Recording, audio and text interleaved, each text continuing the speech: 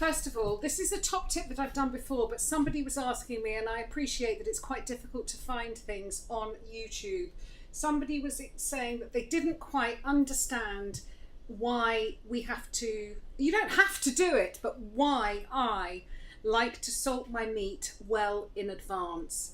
There are several reasons. So I'm cooking a dish tonight with some chicken thigh fillets, and I seasoned these about 3 hours ago, just lightly on both sides. It gives the salt a chance to work its way all the way through the meat. You don't need to rinse it off, but it will season it perfectly. If there was skin on these, it would help to dry the skin out. And as you know, when I do a whole bird, I salt it up to 3 days in advance. When you're cooking a steak, the worst time you could salt it is just before it goes in the pan, because the salt doesn't have a chance to work. Salt is very clever because it absorbs moisture, but it also locks moisture in. I'm not a scientist, I'm not a chef, but that's how I understand it, and it's just something that I've always done. I've got some chicken thigh fillets. This is a recipe from Good Food magazine, I think around the time of COVID, and I've cooked it quite a few times. The recipe asks, it's for 4 people, and it says to use 8 thigh fillets. I don't have 8, I had 10, so I'm using all of those. I salted them a few hours ago. A couple of tablespoons into a pan. Whatever pan you use, you need to, it's going to be a pan that you can then put it in the oven. So if you have a big casserole dish, by all means cook it in that. I don't, so I'm going to be cooking mine on my big iron pan. It's going to be a 1-pot dish. Just going to let that warm up a little bit. Not too hot, you don't want to get olive oil to like scorching hot. This is why I love iron pans. They are fantastic heat conductors. It heats up very quickly, it holds the heat. It's a lovely cooking process. There we go, that hasn't been on for long. So I'm going to brown these pieces of chicken on both sides. Like about these iron pans is that you can overcrowd them. In a normal frying pan you would have to do this in batches, but because the heat stays the same throughout the pan, you can do it all in one go. It's not sweating, it's not filling up full of water. As the chicken gets done, remove it. Now, move this pan to a lower heat. It's going to be hot. I'm going to add some more olive oil. I've got 1 onion finely sliced that I'm going to drop in. Now, because I've decided to do 2 extra pieces of chicken and I didn't have another onion, I am also going to add a finely sliced shallot. I'm going to add some salt to that and just let that cook until they start to soften. My onions are lovely and soft. I've got 2 very fat garlic cloves that I'm just going to slice in. It's still on a low light.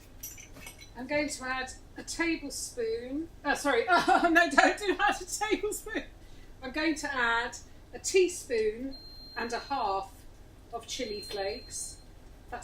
I can smell the garlic now. The next thing I'm going to add in is sun-dried tomato pesto. You can just use any normal tomato pesto, or if you can't get tomato pesto, you could use tomato paste mixed with some olive oil, but just make sure you cook it for a couple of minutes before you add anything else. So I'm going to add 4 tablespoons of this lovely pesto and give that a stir, and again, just let that cook for a few minutes. I've got homemade chicken stock. Use any chicken stock. I know that my chicken stock doesn't have a lot of salt in, which is always helpful when it comes to seasoning. So I'm adding 250 ml of chicken stock. Actually, I might add a bit more because I'm doing 2 extra pieces. So I'm going to do 300 ml of chicken stock. Next, I've got 2 tins of plum tomatoes. You know what I'm going to do. I've got an apron on. I've learnt the hard way. This makes a mess. So I'm going to tip in my plum tomatoes and I'm going to break them up with my hands because I just love that sort of rough, rustic, rather than the chopped tomatoes, which can be pulpy and too much water. This has beautiful passata in it, and it adds a wonderful texture. Right, don't waste what's in the tin. I have put about a tablespoon of water in this tin, and I'm just going to clean off the sides, and then I'm going to pour that into this tin. I know this might seem, but it's all, why waste that flavour? I'm all about using everything up and then pour that in. Give that a stir. Now you might wonder why I've got this pan here. It's because I'm worried that because I'm doing these extra pieces that this pan actually, I know it's not going to be big enough. So I apologise, I started it in this, but actually I'm going to go for a deeper, bigger pan. But hopefully you'll watch this film before you start. But I think if I did only have 8, they would fit in here. So I'm actually now, I'm still going to cook this. Oh. So this is going to need some more salt. I'm going to want 2 teaspoons of sugar.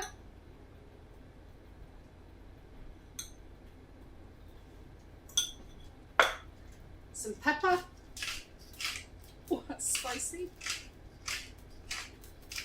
You can use a teaspoon or 2 teaspoons of fresh thyme or a teaspoon of dry thyme. Taste your sauce, make sure it's seasoned the way you like. Get it heated through till it's just bubbling.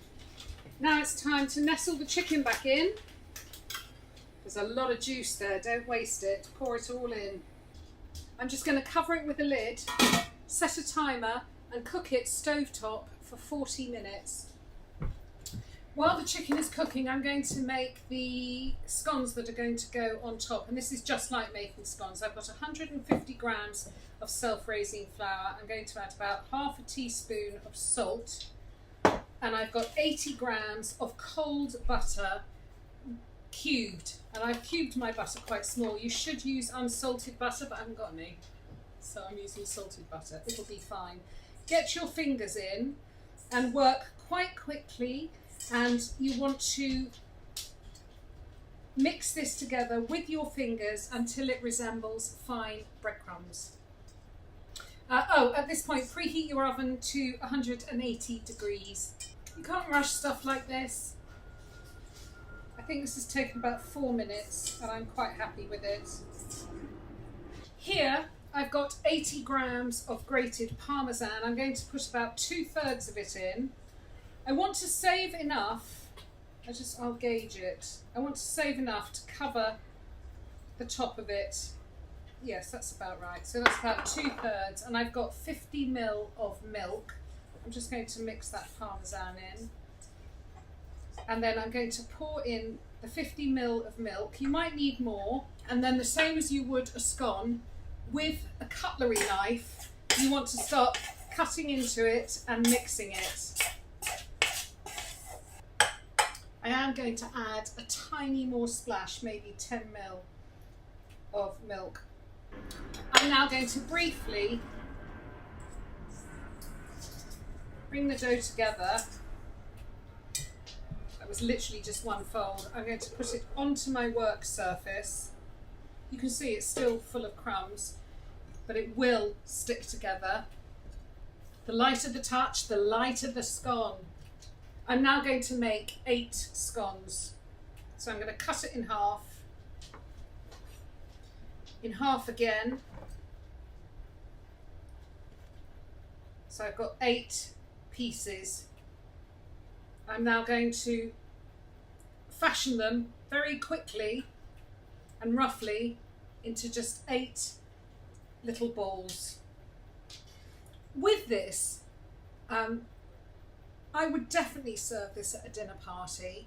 And if you've watched any of my tips and tricks about, or sort of my dinner party advice, you don't need potatoes with this. This is pretty much a standalone dish. Maybe a little bit of broccoli with it on the side would be lovely. But you don't need any additional carbs if you are having this accompanied with a starter and a dessert. It's going to be very filling. This is something that you would serve family style. I do in my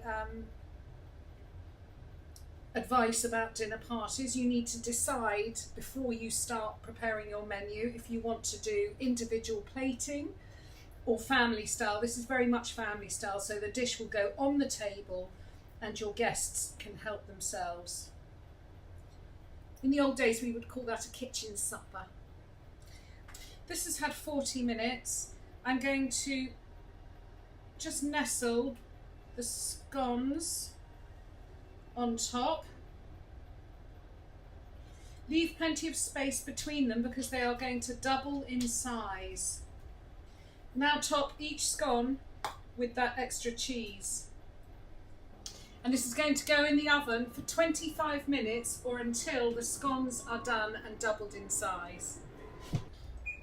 Time to clear up, have a glass of wine and lay the table. Look at that! This has actually just taken 20 minutes. Oh. This will benefit from sitting for 5 to 10 minutes while you cook whatever greens you want to go with it. I'm going to have it with a little bit of broccoli. Just sprinkle it with some parsley. Oh my God. This will be even better. So I'm going to have some now, but when the girls get back later tonight and this is cooled and the scones have taken on all of that gorgeousness, I'd want to eat this when I came back from a day of drinking. I'm going to finish this off. I've got some broccoli that I've cooked. I am just going to add some pepper.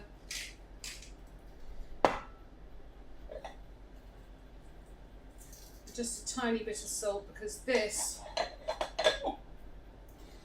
So I'm just going to put my broccoli actually on the bottom in the bottom of the bowl, and then I'm going to spoon over this bad boy. So it's big pieces of chicken and those beautiful scones. So this was originally a good food recipe from the early 2020s. It's a chicken arrabiata cobbler.